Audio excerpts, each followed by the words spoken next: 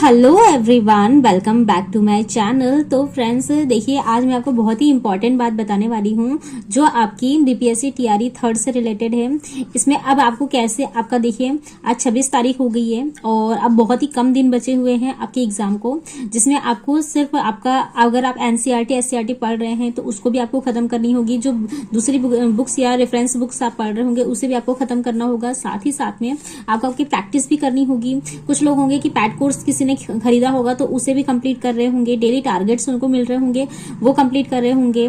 तो इस तरह से आपके पास समय बिल्कुल भी नहीं बच रहा है, तो आपको आपका समय तो बढ़ाना ही होगा। लेकिन अब उसमें हमारे पास इतने से दिन बचे हैं, अब इसमें हम अपनी तैयारी कैसे करें, क्या पढ़े क्या नहीं पढ़े और उसे किस तरह से अचीव करना है, तो इससे रिलेटेड आज का पूरा वीडियो है। तो वीडियो पर लास्ट तक बने रहिएगा और चैनल को भी सब्सक्राइब कर लीजिएगा ताकि आने वाली वीडियोस के नोटिफिकेशन आपको टाइम टू टाइम मिल जाए।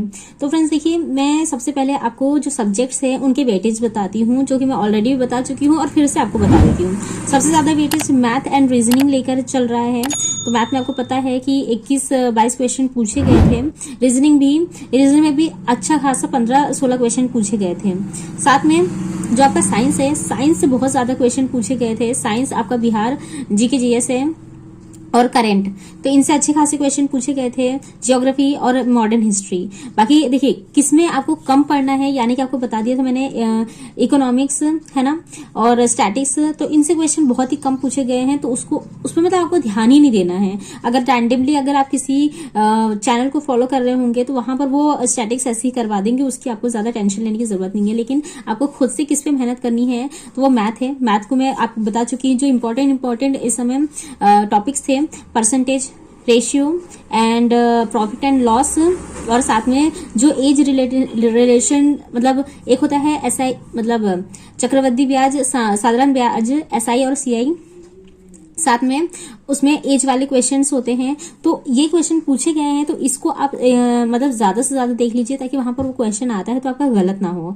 ठीक है, ये हो गई मैथ की बात। रीजनिंग में आपका ब्लड रिलेशन, जो डायरेक्शन होते हैं वो, और सीरीज और मिसिंग नंबर्स है ना, मिसिंग नंबर्स के बाद जो फिगर काउंटिंग होती है वो। तो ये जो 4-5-6 टॉपिक्स है जो कि मैं हर दिन डेली टारगेट्स में दे रही हूँ। आप मेरे डेली टारगेट्स अगर फॉलो कर रहे होंगे तो वहां पर देख लीजिएगा, पूरे जो टीआरई 1 और 2 से क्वेश्चन पूछे गए हैं सेम वही टॉपिक्स में आपको वहां पे दे रही हूँ पढ़ने के लिए। सिर्फ आप उतना ही पढ़िए ना, क्यों आप फालतू में एक्स्ट्रा का बोझ लेके पढ़ रहे हैं। क्योंकि देखिए बहुत सारे लोगों को बस ये है कि जो एक दौड़ लगी होती है ना, वो दौड़ के हिसाब से चलते चले जाते कि अगर हमारा ये छूट गया तो हमारा वो छूट गया, तो यहाँ से क्वेश्चन पूछ लिया। क्वेश्चन 1 से 2 पूछ सकता है, पूरे क्वेश्चन नहीं पूछे जाएंगे। आउट ऑफ सिलेबस तो वो जाएगा नहीं। जो टीआरई 1 और 2 में पूछा है क्वेश्चन, उसी से ही वो पूरा उठा के पूछेगा। तो आप वही टॉपिक्स ज्यादा से ज्यादा पढ़िए ना। अगर आपके पास एक्स्ट्रा टाइम बचता है तो थोड़ा सा एक्स्ट्रा और पढ़ लीजिए। लेकिन अगर नहीं बच रहा है तो क्या करना है, तो हमें सिर्फ वही सेम टॉपिक को ही पढ़ना है।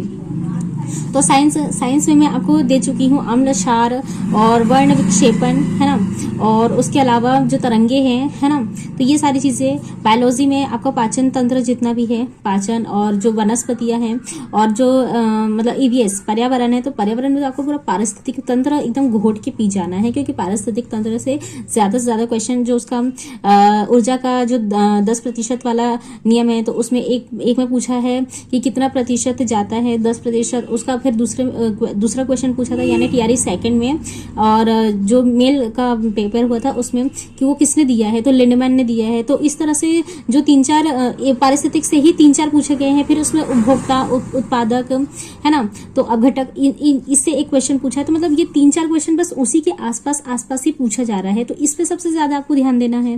अब देखिए, मैंने आपको बताया कि मैं आपको प्रूफ के साथ बताने वाली हूँ कि क्वेश्चन कहाँ से पूछे गए हैं। तो पूरी एनसीईआरटी और एससीईआरटी से ही पूछा गया है, ये सभी को पता है। लेकिन मैं आपको इसका प्रूफ भी दिखा दूंगी कि जो सेम टू सेम लाइन को यहाँ पर उठा के पूछा गया है, वो मैं आपको बताने वाली हूँ। मैं आपको स्क्रीनशॉट लगा दूंगी, तो वहां पर देख लीजिएगा। बाकी मैं ये बुक का देखिए, ये प्रैक्टिस सेट है, आपको पता है। इसमें यहाँ पर देखिए टीआरई 1 और 2, ये मैं आपको सीधा करके बता दूंगी। तो टीआरई 1 और 2 दोनों के इसमें प्रैक्टिस सेट दिए हुए हैं है ना, जो पेपर आया हुआ था। तो उसमें कौन सा क्वेश्चन पूछा गया है वो मैं आपको बता दूंगी इसमें। तो इस तरह से आपको समझ में आ जाना चाहिए कि आपको कहाँ से और क्या पढ़ना है।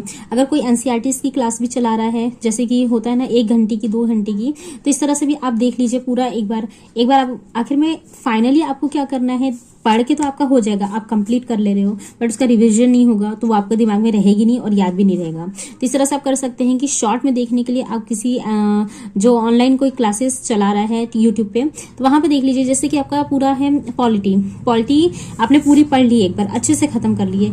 अब आपके पास टाइम नहीं है कि वो सारे पेजेस को, मतलब मान लीजिए कि कम से कम 80-90 पेजेस है, तो आप उसको पूरा रिवाइज कर सके। तो कोई भी 1-2 घंटे की, मतलब जैसे बहुत सारे लोगों ने 2 घंटे, 4 घंटे, 8 घंटे में भी पूरी क्लास करवा दी है। तो इस तरह से अगर आप उसे स्पीड 2x की स्पीड पे करके देख लेंगे तो आपका जल्दी जो 8 घंटे का है वो लगभग 4 से 5 घंटे में खत्म हो जाएगा। तो इस तरह से भी आप समझ सकते हैं। हालांकि पॉलिटिक्स से ज्यादा क्वेश्चन पूछे नहीं गए थे, लेकिन TRE 2 में पूछे गए हैं। तो अब उसके बाद हो गया आपको प्रैक्टिस सेट। देखिए, आप पढ़ने को तो पढ़ लेंगे, वो आपको शायद याद रहे चाहे ना रहे, लेकिन अगर वही चीज आप क्वेश्चन में देखते हैं, प्रैक्टिस सेट लगाइए, वहां पे वो क्वेश्चन आता है तो उसका आपका वहां पर ना दिमाग चलता है, या तो फिर रुक जाता है कि अरे यहाँ पे क्या आंसर आएगा। अब उसका आप सॉल्यूशन देखेंगे तो सॉल्यूशन से क्या होगा कि वो क्वेश्चन आपको याद हो जाएगा।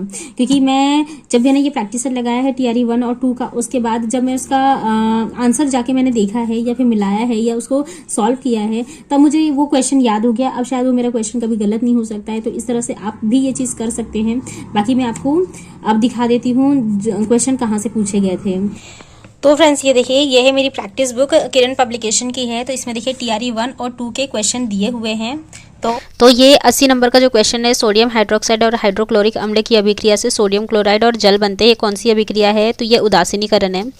सेकेंड, अब ये जो 90 नंबर का है, निम्नलिखित में से कौन सा अम्ल और क्षार का संकेतक है? तो यहाँ पर इसका आंसर होगा हल्दी। और इस पर ये देखिए, जब मृदा अति क्षारीय हो और उसमें पौधे नहीं होते हैं तो तब मृदा की गुणवत्ता में सुधार के लिए क्या उसमें मिलाया जाना चाहिए? तो इसका आंसर होगा थर्ड, कार्बनिक पदार्थ। तो ये इतने क्वेश्चन हो गए। बाकी जो 88 और 89 है, ये दोनों तो आपको पता ही है क्वेश्चन। बाकी मैं वो क्वेश्चन बता रही हूँ जो TRE 1 में आया हुआ है, और ये TRE 1 का फर्स्ट शिफ्ट का पेपर है। इसमें ये देखिए, ये वाला क्वेश्चन, इमली में कौन सा अम्ल पाया जाता है? टार्ट्रिक अम्ल। तो इतने क्वेश्चन डायरेक्ट उठाए गए हैं। बाकी अगर आपको मेरा वीडियो पसंद आ रहा है तो इस मेरे चैनल को सपोर्ट कीजिए और लाइक शेयर ज़रूर सब्सक्राइब कीजिएगा। बाकी मिलते हैं मेरे नेक्स्ट वीडियो में। बाय।